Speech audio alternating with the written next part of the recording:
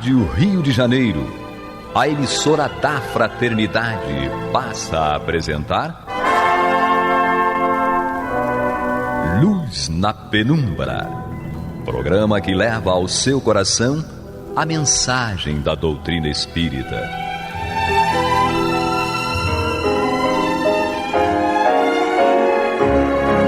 E com vocês, Eduardo Araújo, para o estudo de O Livro dos Médiuns, da obra codificada por Allan Kardec.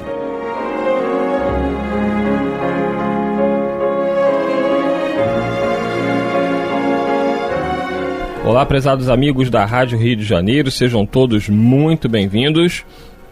Está entrando no ar o programa Luz na Penumbra, com o estudo de O Livro dos Médiuns de Allan Kardec. Aqui comigo, Eduardo Araújo, com ela, Maria de Fátima Miranda. Que Jesus nos conduza. Paulo Renato. Nosso Senhor Jesus Cristo nos abençoe. E o nosso convidado especial que continua aqui participando, Luiz Felipe Coelho. Que Jesus nos ampare sempre. E assim seja. Vamos lá estudar o Livro dos Médiuns.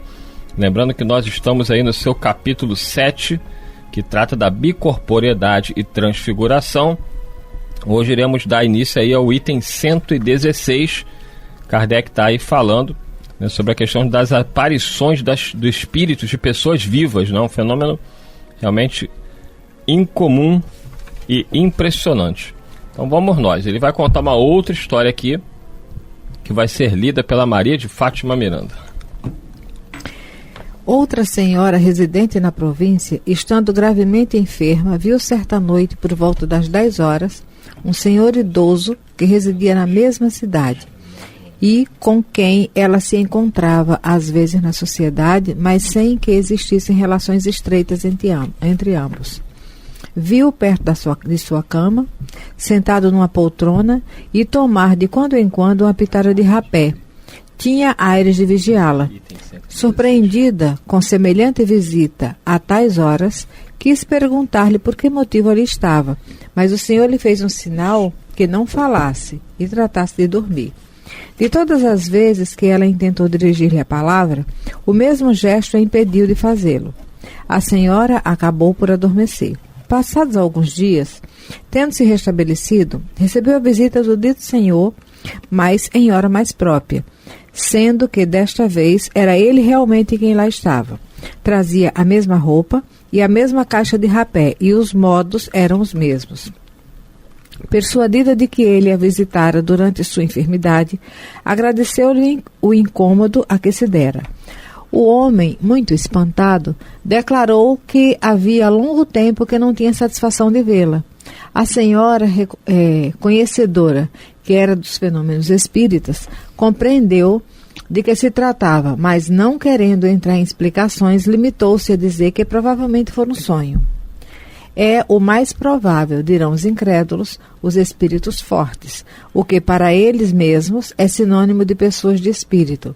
O certo, entretanto, é que a senhora, de quem falamos, do mesmo modo que a outra, não dormia. Então, é que a senhora acordada, ou, por outra, tivera uma alucinação. Aí está a palavra mágica, a explicação universal de tudo o que se não compreende.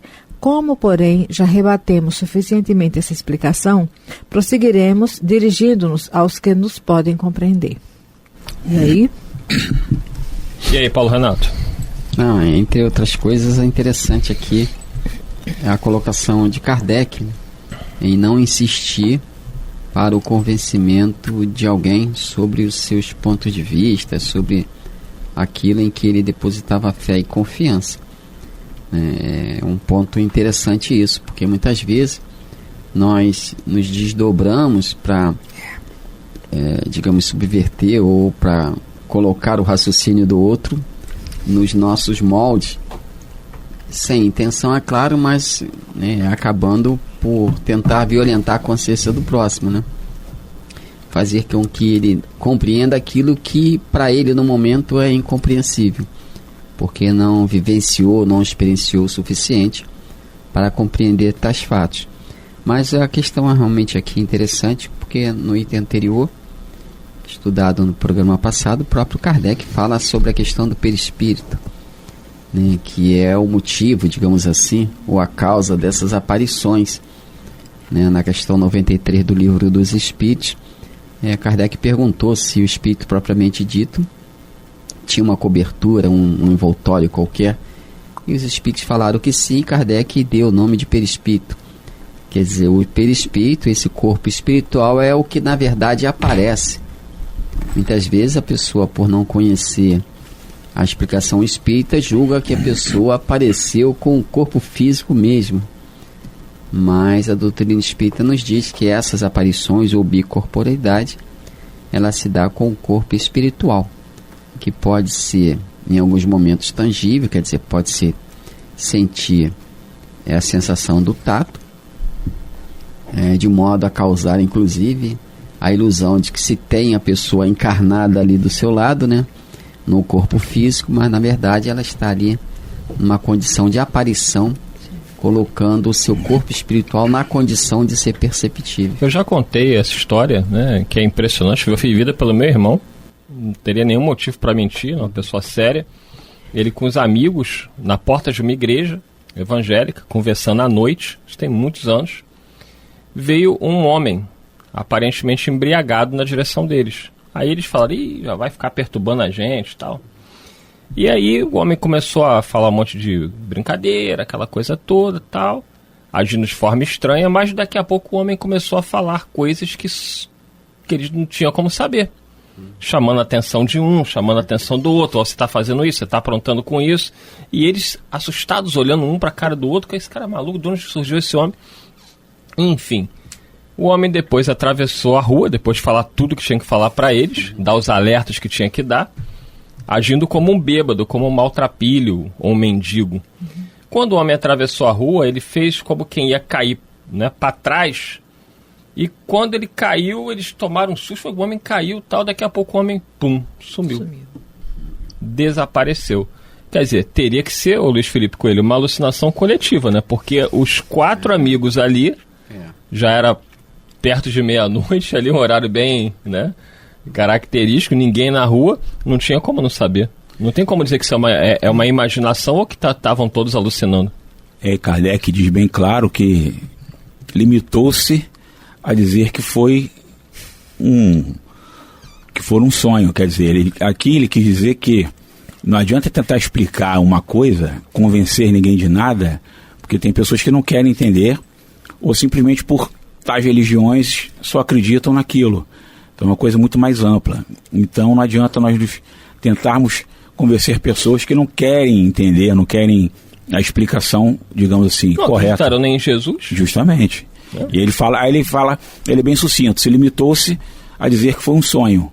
Então, para não dar maiores explicações, porque não entrar em debate, em atrito com a pessoa, então foi um sonho, apenas isso. E no caso dessa senhora e da tabaqueira, vai trazer explicações fundamentais para mostrar para a gente do que os espíritos são capazes. E até para mostrar a racionalidade de tudo aquilo que está na obra de André Luiz. Esse item que nós estamos lendo aqui, né, o Laboratório do Mundo Invisível, vai mostrar muito isso, né?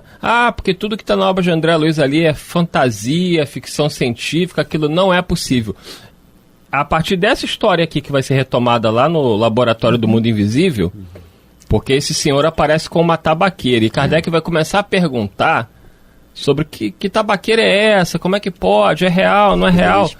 A partir daí, nós vamos ter a resposta para refutar de forma categórica aqueles que dizem que a obra de André Luiz é ficção. Inclusive, em algumas livrarias é colocada como ficção, né? Mas minha esposa também tem uma história, digamos, um fato interessante a esse respeito, que ela dava aula em Santa Cruz e ficou grávida e estava com problema lá de pressão baixa, precisava ser transferida. Então ela foi para a CRE local e a CRE indicou que ela procurasse um tal CIEP na proximidade para saber se tinha vaga. É um período de recesso escolar, e ela chegou lá, subiu a rampa e uma senhora atendeu, né? E ela perguntou: eu vim aqui para saber se tem vaga, tal. Aí a senhora falou para ela: não, tem vaga sim, pode entrar. A diretora está ali. Aí ela subiu a rampa, foi lá para a sala, e estava a diretora e a diretora adjunta. Aí ela explicou, não, estou procurando vaga aqui próximo de casa, porque explicou a situação dela, né? E a menina ali na recepção, né, na entrada, me disse que tem vaga sim. Aí a diretora falou para ela, mas que menina? Só estamos nós aqui, eu e a fulana, que era a diretora adjunta. Ela falou, não, uma senhora, né, me atendeu ali na subida da rampa, me afirmou que tinha vaga e mandou vir falar com a senhora. Aí ela falou assim, não tem ninguém aqui no CIEP. Vamos lá dar uma olhada. Chegou lá, não tinha ninguém, o CIEP estava trancado, né, porque só tinha o zelador lá, a pessoa que tomava conta lá do cadeado. Aí foram lá, não tinha ninguém, né? Quer dizer, foi uma situação dessa aqui, provavelmente, né? Que é muito comum. Muitas pessoas lá, passam por isso. A minha prima uma vez perdida na rua também foi auxiliada. Minha prima foi auxiliada uma vez na rua, estava perdida, desorientada, estava com um problema emocional grave. Um homem acompanhou ela, aconselhou. Depois o homem desapareceu como que por encanto. Miranda também teve uma história que ela já contou assim que ela chegou no Rio, não é, Miranda? Conta de novo aí que tem gente que não conhece. Ei, Jesus. Eu estava uma semana aqui no Rio e então, aconteceu uma situação e eu me vi no Meia, num local que eu desconhecia, mas eu sabia onde era o ponto de ônibus, o 676, e eu estava agoniada porque eu estava sem documento e sem dinheiro. Eu falei, meu Deus, como é que eu vou fazer? Fiquei parada próximo à banca de um jornal, observando a quem eu poderia recorrer. Aí nisso veio um senhor baixinho, já veio na minha direção. Minha filha, o que é que você está fazendo aqui? Aí eu falei, é que eu estou sem dinheiro, perdi minha carteira, estou sem documento. Ele abriu puxou o braço, abriu a minha mão, falou, toma, saia daqui imediatamente. Quando eu abri, era a quantidade exata da passagem. Sumiu. Peguei a condução e agradeço o socorro até hoje. Depois eu vim saber mais ou menos quem era. Mas gratidão a Deus. São fenômenos que se dão corriqueiramente e, como o Eduardo falou, a gente não se dá conta dessa realidade espiritual e da assistência espiritual que todos nós temos. Num momento devido, essa assistência pode se fazer, entre aspas, aí, materializada. A gente tem que muito agradecer esses espíritos amigos que nos acompanham na existência, durante a nossa existência, que eles procuram diminuir os nossos embaraços, né, de modo que a gente possa sem continuar eles vivendo. Eu não imagino como seria, viu? Na verdade, socorro.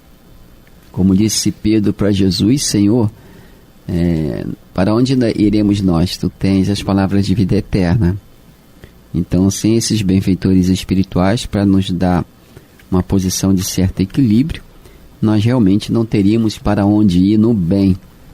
Nós iríamos de queda espiritual em queda espiritual, degrau abaixo, sempre degrau abaixo. Esses benfeitores realmente se multiplicam no anonimato para garantir a paz que nos seja possível e algum êxito na encarnação. Porque, repito, sozinhos a nossa produção no bem seria ínfima, né? Se as houvesse, porque nós temos mais inclinações, mais tendências para as inclinações inferiores do que para as superiores. Totalmente. Vamos nós? Continuando aí o item 117. Continua Kardec. Eis, porém, outro fato ainda mais característico. Estamos mesmo curiosos em saber como poderiam explicá-lo por meio de um simples jogo da imaginação. Trata-se de um senhor do interior que, apesar do empenho da família, jamais quis casar-se. Pediam insistentemente que desposasse uma moça que residia numa cidade vizinha, que ele jamais vira. Certo dia, estando no seu quarto, teve a enorme surpresa de se ver em presença de uma jovem vestida de branco e com a cabeça enfeitada por uma coroa de flores. Disse-lhe que era sua noiva e lhe estendeu a mão, que ele a tomou nas suas, notando que ela usava um anel. Em poucos instantes tudo desapareceu. Surpreendido com aquela aparição, e depois de certificar-se de que estava perfeitamente acordado, isso aqui é importante, né? Ele tinha certeza que estava plenamente acordado. Perguntou se alguém estivera ali durante o dia, sendo informado de que nenhuma pessoa fora vista em sua casa. Um ano depois, cedendo a novas solicitações de uma parenta, resolveu conhecer a moça que lhe propunham. Chegou à cidade onde ela morava no dia de Corpus Christi. Todos haviam voltado da procissão. Uma das primeiras pessoas que lhe surgiram diante dos olhos ao entrar na casa que ia visitar foi uma jovem, que ele logo reconheceu como a mesma moça que lhe havia aparecido. Usava roupas idênticas à da aparição, que também se dera num dia de Corpus Christi. Ficou muito perturbado e a mocinha, por seu lado, gritou e sentiu-se mal. Voltando a si, disse já ter visto aquele senhor um ano antes. O casamento foi realizado. Isso se deu por volta de 1835, época em que ainda não se cogitava de espíritos. Por outro lado, os dois protagonistas desse episódio são extremamente positivistas e dotados da imaginação menos exaltada que há no mundo. Talvez aleguem que o casal tivesse o espírito despertado pela ideia da união proposta e que essa preocupação determinou uma alucinação. Não devemos esquecer, porém, que o futuro marido se conservara tão indiferente ao caso que deixou passar 1 ano sem ver a sua pretendida. Todavia, mesmo que se admita esta hipótese, restaria explicar ainda a dupla aparição, a coincidência do vestuário com o dia de Corpus Christi e, por fim, o reconhecimento físico e recíproco que se deu entre as pessoas que jamais se viram, circunstâncias que não podem ser produto da imaginação. E aí, Paulo Renato? Tem um fato aí patente que é o reconhecimento físico, né? O reconhecimento físico aí dilui toda a ideia de imaginação, porque ele não a conhecia fisicamente, presencialmente, nem ela o conhecia. E você vê que levou 1 ano. 1 ano. O interesse dele era tão grande que levou 1 ano para que eles se vissem fisicamente, né, presencialmente. Então, não há argumentos realmente que destruam um fato. O fato é o fato e a pessoa pode simplesmente negar, como dizia Allan Kardec ainda no Livro dos Médiuns, nega por sistema. Mas essa negação não altera o fato em si mesmo. Isso aí, Luiz Felipe, tinha uma história aí para contar? Eu lembrei agora, quando minha mãe era viva ainda, ela não conhecia o Gerson ainda, só por voz, pelo telefone. E eu tinha marcado esse dia com o Gerson. Gerson Simões Monteiro aí, porque ele tá falando. Para nos encontrarmos, que eu estava muito depressivo, estava mal, e eu estava deitado e perdi a hora. Minha mãe levanta da cama e fala comigo.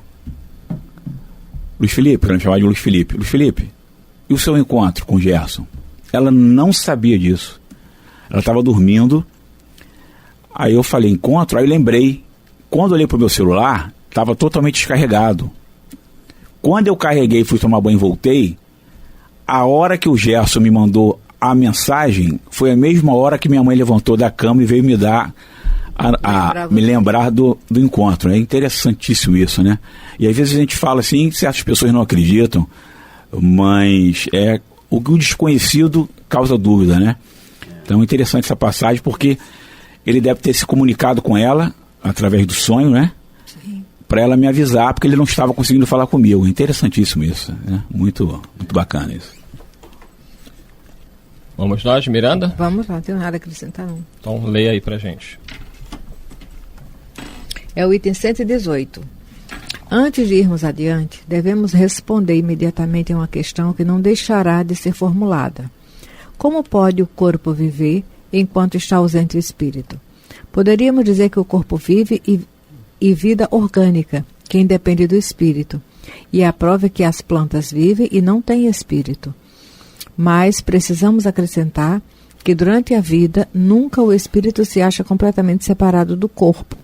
Do mesmo modo que alguns médiuns videntes, os espíritos reconhecem o espírito de uma pessoa viva por um rastro luminoso que termina no corpo, fenômeno que absolutamente não se dá quando se está morto, porque então a separação é completa. Por meio dessa comunicação entre o espírito e o corpo, é que aquele recebe o aviso, qualquer que seja a distância a que se ache o segundo, da necessidade que este possa experimentar de sua presença, caso em que volta ao seu invólucro com a rapidez do relâmpago. Daí resulta que o corpo não pode morrer durante a ausência do espírito, e que o que não pode acontecer, que este, ao regressar, encontre fechada a porta, conforme hão dito alguns romancistas em histórias compostas para recriar. O Livro dos Espíritos, questões 400 e seguintes. Essa colocação do item 118 vem nos esclarecer que quando alguém diz assim, minha mãe morreu dormindo, fulano morreu dormindo, e estava recolhida para dormir, até estava dormindo, mas quando o espírito percebeu o que ia acontecer e a necessidade de algo tão grave, imediatamente ele é atraído para o corpo, onde quer que ele esteja. É como ele fala aqui, ele não ia encontrar a porta fechada. Já pensou? Está desdobrado, está assistindo um estudo lá em Nosso Lar, ou então está num outro reduto, e acontece algo, um crime, ou então uma coisa qualquer grave, e o corpo morre soterrado. O espírito chega, cadê meu corpo? Mas o que fizeram com ele? Aí seria um estado de perturbação dupla. Nessas situações aqui, está bem claro, né? Que ninguém morre dormindo, mas enquanto está recolhido para dormir, se acontecer algo, o espírito imediatamente ele é atraído para que seja assistido pelos espíritos na hora do desligamento. Kardec até coloca que poderia ser um suicídio dissimulado, né? Porque se a pessoa percebesse que estava para desencarnar, ela poderia ficar do lado do corpo, sim, né, ou ausente dele em algum outro canto, e esperar que o corpo morresse para ela se liberar. Mas isso não se dá porque todos nós, de uma forma consciente ou não, com maior ou menor grau de perturbação, todos nós temos que passar pelo processo do desencarne. Desligamento, Não tem jeito, tá dentro, digamos, das leis de Deus, das leis que regem, no caso, a específica reencarnação. Então, nós nos ligamos ao corpo físico, como diz mesmo Allan Kardec, molécula a molécula, através do perispírito. E nessa mesma condição, com essa mesma situação, nós desencarnamos, só que nos desprendemos molécula a molécula também do corpo físico. Alguns laços são fáceis de serem quebrados, fazemos isso por conta própria, mas aqueles mais graves precisamos de auxílio, quando merecido, né, dos benfeitores espirituais. Em situação contrária ao merecimento, nós ficamos, entre aspas, ao sabor, digamos, da liberação do corpo. O corpo é que vai nos liberar por ele mesmo, através do seu desgaste celular, molecular. Então, nesse sentido, o corpo realmente expulsa o espírito, porque ele está naquela fase de desagregação molecular, que nós conhecemos. Nem que a gente queira, a gente consegue ficar. Não consegue. É como se o corpo falasse assim, agora dá licença que você segue sozinho. Agora você segue sozinho. É verdade. O período de contrato terminou. E não tem renovação. Ou você rasgou o contrato, não tem como. Mas o Luiz Felipe Coelho, né, nosso ouvinte que está aqui nos honrando com a presença dele em alguns programas, ele tem mais vida que gato, né, Luiz Felipe? Misericórdia. Muitas vidas aí. Tu já gastou... O gato tem 7 vidas, tu já gastou quantas? Quase, passou de 20. Passou de 20. Nossa, né? Tá com crédito. Tá com crédito, ninguém te quer lá em cima. Quando eu bato lá na porta, quando eu bato a porta lá, eles falam assim, volta. Tua foto já tá lá na entrada do céu, né? Agora eu nem subo mais. Quando eles acham que eu já quero subir, eles já trancam tudo. Não, aqui não, tá cedo demais. Tem que ficar aí, tem que ficar quietinho aí, cuidado. Agora, é melhor a Miranda, que não morre, né? Segundo o Aloysio Guigino, ela é uma agênere. Miranda é imortal, né, Miranda? Imortal. Misericórdia. Imorrível. Mas olha só, aquelas pessoas que jogam assim, bom é morrer dormindo que não sente nada. É ilusão. Vai que você tá desdobrado, é alguém muito apegado ao corpo, né? E tá naquela... Muito materialista, né? Então tá naquela de academia, só vitalidade muscular, e acontece algo que precisa desencarnar, e você tá desdobrado, chega, e alguém tá ali, olha, vamos lá, tal. Deve ser muito doloroso. Você saber que chegou a hora e não vai poder mais abrir a boca nem para dizer adeus a alguém. Tem a situação que a pessoa também não quer ir, não entende, não quer ir, fica revoltada na hora, né? Porque aqueles que têm uma maturidade, já têm uma vida mais focada na essência do espírito, esse da espiritualidade, olha, filho, não vai dar para voltar mais não, tá? Fica quietinho, tá tudo bem, a gente tá aqui amparando você. Ele vai sentir a vibração de paz e vai seguir o caminho. Mas se for alguém que tem um apego muito grande do corpo físico, saber que não vai poder mais voltar para ativar o corpo e falar, se despedir de alguém, deve ser algo muito triste. E saber que vai deixar um ente querido, a dor deve ser terrível. Saber que vai embora e esse ente querido fica, mas a pessoa que vai mal sabe que não existe morte, né? Então ela vai estar sempre presente ali em espírito. Como materialista, não. Ela pensa que vai embora e o ente querido vai sofrer e ela vai sofrer. Então é complicado. Quando não tem esclarecimento é complicado, né? Opa, acabou o tempo, estouramos aqui. Muita paz a todos, se eu não ver, ninguém vê. É verdade. Até o próximo programa, se Deus quiser. Prontinho. Assim Deus nos abençoe. Você está ouvindo o programa Luz na Penumbra.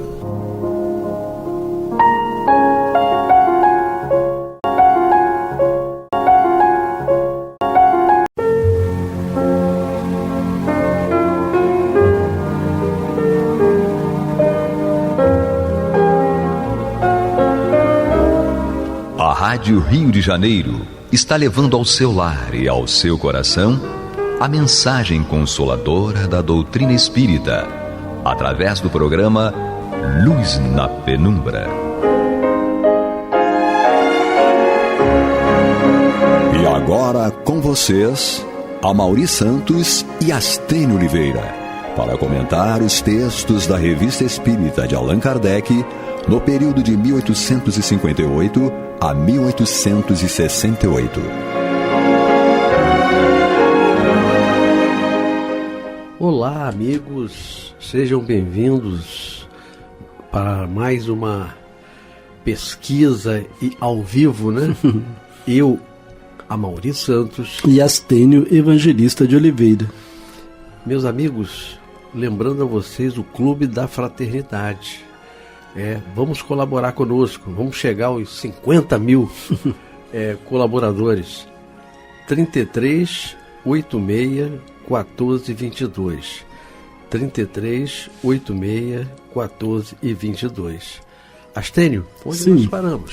Meu amigo, nós estamos estudando a Revista Espírita de outubro de 1858. Essa Revista Espírita de outubro de 1858, Kardec começa com um estudo de obsediados e subjugados. Então, no nosso último programa, nós até estávamos falando que Kardec, durante um bom tempo, ele não admitiu que pudesse ouvir possessão, né? Mas mais à frente, inclusive no livro A Gênese, ele já admite, obviamente depois de muitas observações, muitas pesquisas, que de fato pode existir possessão, que seria a atuação de mais de um espírito ao mesmo tempo, utilizando o mesmo corpo. Não de mais de um espírito reencarnado no mesmo corpo, mas utilizando o mesmo corpo, né? Quase como se habitando... Um parasita, né? Como se fosse. E podendo, eventualmente, só aquela segunda personalidade ou até aquela terceira personalidade estar atuando, enquanto o próprio espírito reencarnado, vinculado àquele corpo, fica, de algum modo, neutro, né? Em razão da ação dos outros, né? Então, dentro do tema obsediados e subjugados, nós paramos no nosso último programa, quando, vou só recordar o parágrafo do nosso último encontro, Kardec diz o seguinte: da crença cega e irrefletida na superioridade dos espíritos que se comunicam à confiança em suas palavras, não há senão um passo, né? Então, o médium que acredita piamente em tudo aquilo que o espírito comunicante fala, né? Que ninguém se atreva a discordar daquilo que o espírito fale através dele. Sim. Nós estamos tratando de obsessão e de subjugação, né? É o que também acontece entre os homens. Se conseguirem inspirar essa confiança, haverão de sustentá-la por meio de sofismas e dos mais capciosos raciocínios, perante os quais frequentemente inclinamos a cabeça. Então, esses espíritos apresentam falácias, né? E que o médium acredita e divulga, publica livros e daí por diante, né? Bom, os espíritos grosseiros são menos perigosos. Reconhecemos-los imediatamente e só inspiram repugnância. Os mais temíveis em seu mundo, como no nosso, são os espíritos hipócritas. Falam sempre com doçura, lisonjeando as mentes predispostas. São meigos, aduladores, pródigos em expressões de ternura e em protestos de devotamento. Eles estimulam o ego do outro. Isso, e eles falam de modo a parecer que eles são altamente espiritualizados. Tem conhecimento absurdo. Né? E você é levado a acreditar. Sim, tanto o médium quanto a multidão de gente que lê os livros do médium, né? Bom, é preciso ser realmente forte para resistir a semelhantes seduções. Mas, direis, onde estaria o perigo desde que os espíritos são impalpáveis? O perigo está nos conselhos perniciosos que dão, aparentemente benévolos, e nos passos ridículos, intempestivos ou funestos a que somos induzidos. Já vimos alguns espíritos fazerem com que certas pessoas corressem de país em país à procura das coisas mais fantásticas. Você lembra desse ponto, né? Viajar a países, porque o espírito indica que há determinado tesouro. Tal lugar. Isso, né? E indicando que ele vai encontrar tesouro em tal lugar e ele vai atrás. Bom, então já vimos alguns espíritos fazerem com que certas pessoas corressem de país em país à procura das coisas mais fantásticas, sob o risco de comprometerem a saúde, a fortuna e a própria vida. Vimos-los ditar, com toda a aparência de gravidade, as coisas mais burlescas, as máximas mais estranhas. Como convém dar o exemplo ao lado da teoria, vamos relatar a história de uma pessoa do nosso conhecimento que se encontrou sob o império de uma fascinação semelhante. Então, Kardec até então traz a teoria, né, da obsessão, da subjugação, aí incluindo a fascinação, e agora ele vai trazer um exemplo muito interessante, tá? Ele diz o seguinte, o senhor F., rapaz instruído, de esmerada educação, então não era uma pessoa obscura e ignorante. Que não tinha conhecimento. Isso, Então, rapaz instruído, de esmerada educação, de caráter suave e benevolente, quer dizer, bem o perfil que a gente diz, dificilmente vai ser obsidiado. Exatamente. Né? Uma pessoa boa, né? Então, olha só. Exatamente. Então, rapaz instruído, de esmerada educação, de caráter suave e benevolente, mas um pouco fraco e indeciso. Tornou-se hábil médium psicógrafo com bastante rapidez. Obsidiado pelo espírito que dele se apoderou e não lhe dava sossego, escrevia sem parar. Isso é um indício de obsessão. Se a criatura não consegue parar de escrever ou de fazer qualquer outra coisa... Que não tem controle, né? Digamos que se fosse uma obsessão que levasse a tocar piano. E se a pessoa não para de tocar piano nunca, está o dia inteiro tocando piano, sabe? Isso é indício de obsessão, entendeu? Está sem controle. Exatamente. Né? Então, obsidiado pelo espírito que dele se apoderou e não lhe dava sossego, escrevia sem parar.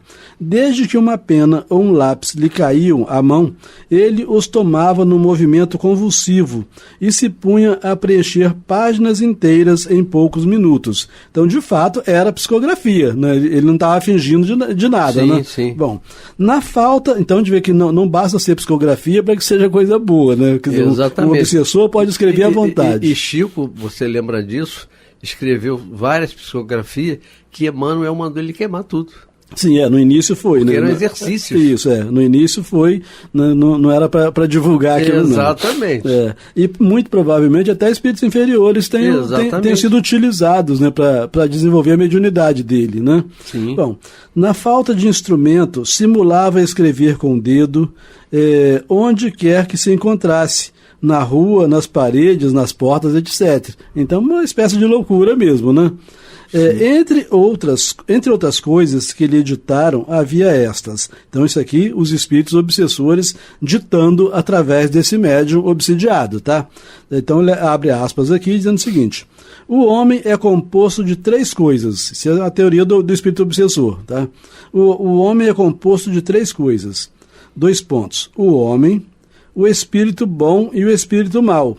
Né? Então nós seríamos o resultado, o somatório dessas três coisas: o homem, o espírito bom e o espírito mau. Todos vós tendes vosso espírito mau. Então essa teoria lá do obsessor dele, né? Todos vós tendes o vosso espírito mau, que está ligado ao corpo por laços materiais. Para expulsar o espírito mau, olha a teoria dele, para expulsar o espírito mau, é necessário romper esses laços materiais, né? Sim. E para isso é preciso enfraquecer o corpo. Né? Então, obviamente que para enfraquecer o corpo você vai parar de se alimentar e daí por diante, né? Para ficar em jejum.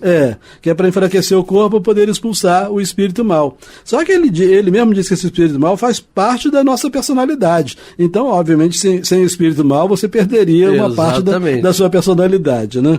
Bom, quando este se encontra suficientemente enfraquecido, quando o corpo se encontra suficientemente enfraquecido, o laço se parte e o espírito mau o abandona, permanecendo apenas o bom. Quer dizer, na verdade, ele fala que é três coisas: o homem, o espírito bom e o espírito mau. Então agora vai permanecer apenas o homem e o espírito bom, depois Sim. que, enfraquecendo o corpo, o espírito mau foi embora. Né? Obviamente aqui tem o risco de enfraquecendo o corpo, o próprio homem ir embora, quer dizer, o médio desencarnar. Exatamente. Não é isso? Bom, em consequência dessa bela teoria, fizeram-no jejuar durante 5 dias consecutivos. Né? Quer dizer, se quisessem levá-lo à morte, levariam. Né? Fizeram o médio jejuar durante 5 dias consecutivos e velar à noite. Quer dizer, jejua durante o dia e fica acordado à noite. Estão querendo matar o médio. E ele seguia as orientações, né, dos seus guias. Quando ficou extenuado, disseram-lhe: agora a coisa está feita e o laço rompido, quer dizer, o laço com o espírito mau, né, está rompido. Quando é o próprio espírito mau que está falando ali, né, que está orientando. Então agora a coisa está feita e o laço rompido. Teu espírito mau partiu, e ficamos apenas nós, em quem deves crer sem reserva. Né? Vamos dizer assim, nós somos os espíritos bons, então tudo você que nós acredita em tudo que a gente fala. Nós dissermos, você acredita. Gente do céu, quem leu qualquer coisa do Kardec não entra numa furada dessa de jeito nenhum, né? Bom, e ele, o médium, persuadido de que seu espírito mau havia fugido, acreditava cegamente em todas as suas palavras. Beleza. E o que nós aprendemos foi que é melhor duvidar. Melhor duvidar, né? Recusar verdades do que aceitar mentiras. Exatamente. Né? Bom, a subjugação havia chegado a tal ponto que, se lhe tivessem dito para lançar-se na água ou para dar cambalhotas, ele o teria feito. Né? Certamente. E existem muitos porque casos. Ele acreditava, né? Sim, eram os espíritos bons, né, que estavam falando, então que mandasse ele fazer. Se dissesse para ele: se joga de cima de um prédio de 20 andares que nada vai te acontecer, ele se jogaria, né, acreditando piamente nesses espíritos. E essa parte de levar o médium, o obsidiado, a dar cambalhotas e tal, existe muito. Os hospícios estão cheios de gente assim, né? Quer dizer, só não fica dando cambalhota lá porque o pessoal aplica aquelas injeções doidas. Calmante. Né? Né? Mas fora disso, faria na rua. Né? Kardec conta mais de um caso desse. Inclusive no Livro dos Médiuns tem de um operário francês que se ajoelhava perto das moças na rua, né? Quer dizer, apaixonado por todas as moças e daí por diante. Bom, quando queiram levá-lo a fazer qualquer coisa que lhe repugnava, sentia-se arrastado por uma força invisível. Damos uma mostra de sua moral. Por ela se julgará o resto. Aí o Kardec abre aspas aqui, né, para mostrar o que acontecia nas comunicações. Né? Então está assim, entre aspas: para obter melhores comunicações é necessário orar e jejuar durante vários dias. Então, notem que eles ainda orientavam a orar e jejuar. Né? Não é para fingir que são... Quem eram esses homens que falavam dos espíritos, né? Para esse outro acreditar. Sim, né? E você vê que eles usam palavras, né? Como eles estão repetindo o próprio Cristo do orar e jejuar, o médium vai ser espírito superior, né? Exatamente. Então, para obter melhores comunicações, é necessário orar e jejuar durante vários dias, uns mais, outros menos. O jejum enfraquece os laços que existem entre o eu e um demônio particular ligado a cada ser humano. Então aqui agora já trouxeram a figura do demônio, né? Um demônio particular ligado a cada ser humano. Então todos os seres humanos têm um demônio, né? Particular. Que beleza. Né? Então, a humanidade, se nós temos 7 bilhões de habitantes, seriam 7 bilhões de demônios. De demônios, que é o que ele está usando aqui. Né? Então ele fala assim, esse demônio está ligado a cada pessoa pelo envoltório que une o corpo e a alma. Você nota que não são espíritos ignorantes, são malévolos mesmo, né? Porque o envoltório que une o corpo e a alma é o perispírito. Então eles sabiam de toda a realidade, né? Mas se divertindo. E eram lógicos, né? Sim, eram lógicos. Né? Então se divertindo às custas do médium aqui. Então esse demônio está ligado a cada pessoa pelo envoltório que une o corpo à alma. Enfraquecido pela ausência de nutrição, o envoltório permite que os espíritos arranquem aquele demônio. Então, na medida que o médium enfraqueça o corpo, os espíritos, que no caso aqui seriam espíritos bons, arrancariam aquele demônio. Para arrancar o demônio, o corpo teria que estar fraco, né? Bom, então Jesus desce ao coração, isso eles dizendo, né? Que depois que eles arrancam o demônio, aí Jesus desce ao coração, que ainda tem coragem de usar o nome de Jesus do Cristo. Nos seus processos obsessivos, né? E falou o nome de Jesus, o médium acredita logo, né? Bom, então Jesus desce ao coração da pessoa possessa, em lugar do espírito mau. Esse estado de possuir Jesus em si é o único meio de alcançar toda a verdade e muitas outras coisas. Viu o perigo, né? Porque estão dizendo, estimulando o médium a possuir Jesus em si, né? Sabendo que ele estava... Imagina, isso foi em 1857. Né? Isso aqui foi em 57. Agora você imagina no século XXI, quando as pessoas acreditam, né? Nossa. Plenamente que o espírito vai fazer isso, vai fazer aquilo, e vai manipulando você. Sim, porque quantos escritores, autores de novelas, etc., estão sob esse mesmo jugo, né? Escrevendo as coisas mais atrozes, estimulando a sociedade a determinados comportamentos, né? Como se fossem ultramodernos, né? E no fundo só enfraquece moralmente, né? A humanidade. Bom, então o obsessor aqui, né, dizendo, esse estado de possuir Jesus em si é o único meio de alcançar toda a verdade e muitas outras coisas. Quando a pessoa conseguiu substituir o demônio por Jesus, isso ainda é o obsessor, tá? Sim. Pra gente não achar que é o Kardec que está falando isso aqui. Quando a pessoa conseguiu substituir o demônio por Jesus, ainda não possui a verdade. Para tê-la é preciso crer, já vem ele novamente na crença, quer dizer, você não pode discutir, né, porque quem crer não discute, tá certo? Então, para tê-la é preciso crer. Deus jamais dá a verdade aos que duvidam. Então, está notando, utilizando também o nome de Deus num processo obsessivo? Sim. Né? Então, para a gente que está felizmente estudando a doutrina espírita, estudando Kardec, a gente verifica que não basta estar utilizando o nome de Jesus, utilizando o nome de Deus, que necessariamente será um espírito bom. Né? Exatamente. Então, ele fala assim, então Deus jamais dá a verdade aos que duvidam. Seria fazer algo inútil, e Deus nada faz em vão. Então, se você duvida, se você coloca em xeque, se você pergunta, você está contrariando Deus. Você tem que acreditar piamente, né?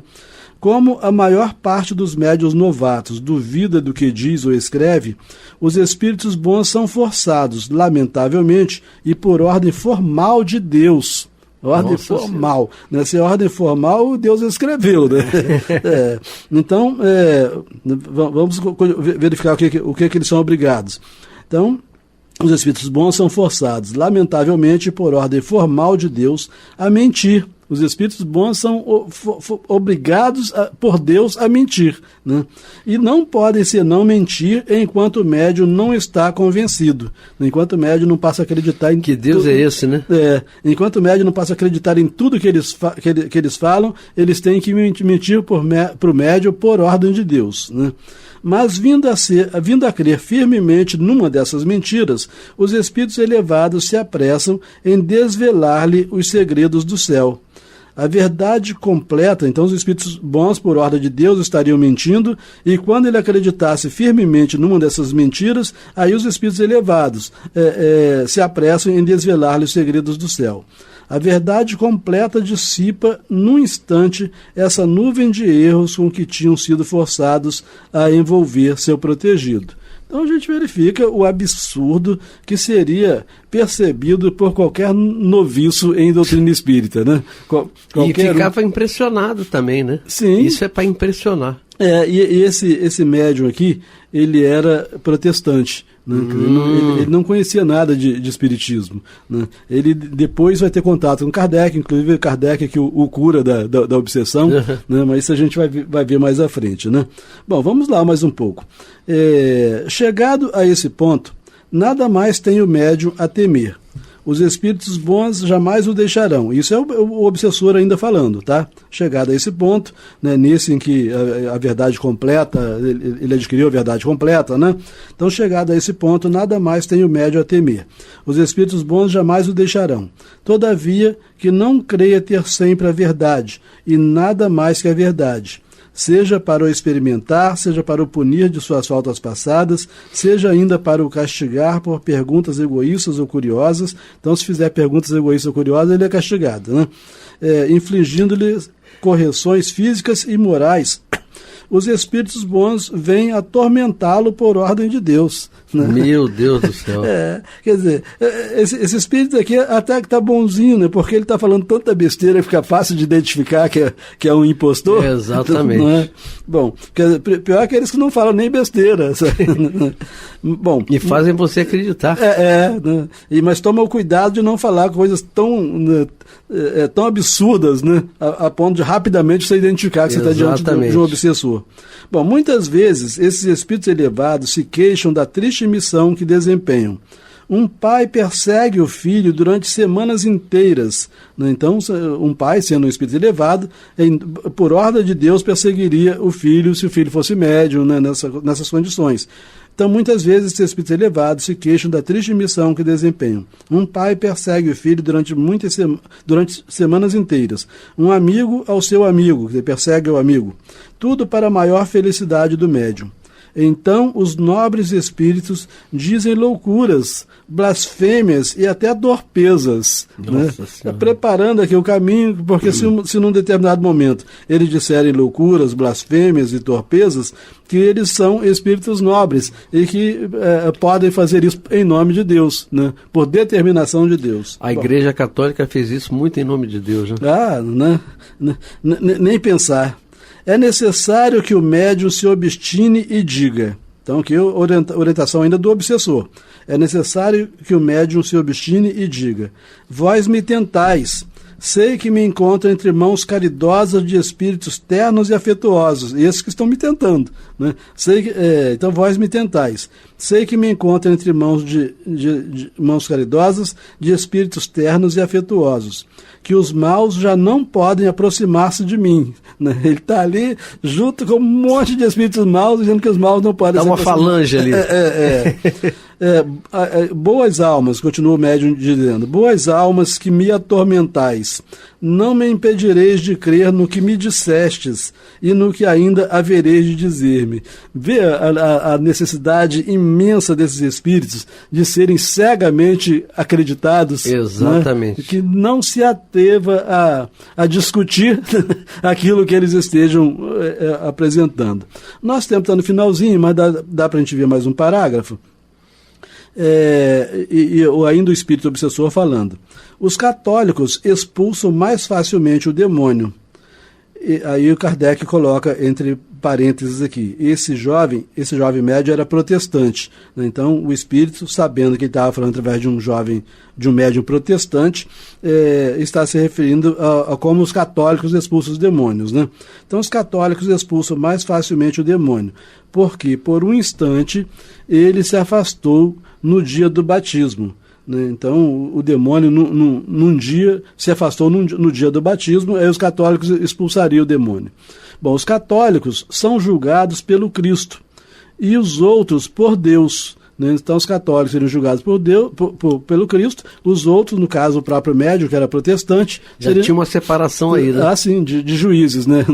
Para os católicos o juiz seria o Cristo, para os outros o juiz então, seria se você não fosse Deus. Católico, seria julgado por Deus. Por Deus, isso. Né?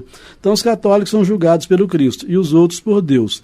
É preferível ser julgado pelo Cristo. Que absurdo, né, cara? Que falta de respeito, né? Bom, erram os protestantes em não admitir isso. Assim, é necessário que te tornes católico. Então, queremos mudar a própria religião do rapaz. Exatamente. Né? Porque provavelmente o protestantismo ainda criaria algum obstáculo. Né? Então, só encerrando o parágrafo. Erram os protestantes em não admitir isso. Assim é necessário que te tornes católico o mais cedo possível. Enquanto esperas, vais tomar a água benta, será o teu batismo. A gente para por hoje aqui e prossegue na próxima. Pois é, meu amigo. E está até interessante, né? Esses obsessores, né? Essa falange de obsessores. É muito bom a gente saber disso, porque nós todos que estamos aqui na Terra, muitas vezes somos manipulados, né? E nós não sabemos. Acabou. Eu, Amaury Santo, me despeço. E Astênio Evangelista de Oliveira. Muita paz.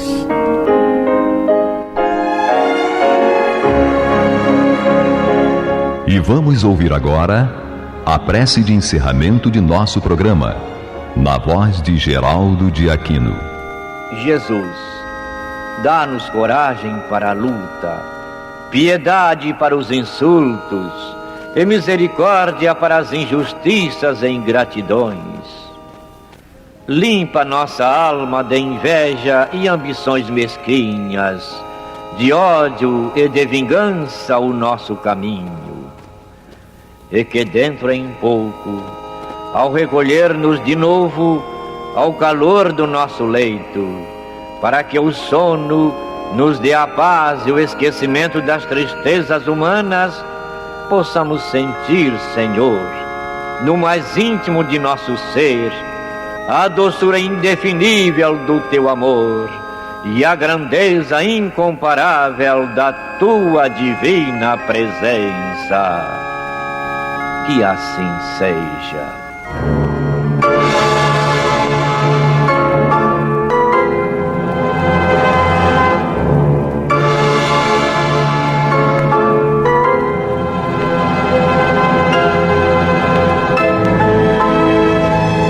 Acabamos de apresentar o programa Luz na Penumbra, que voltará a ser apresentado amanhã às 21 horas nesta emissora.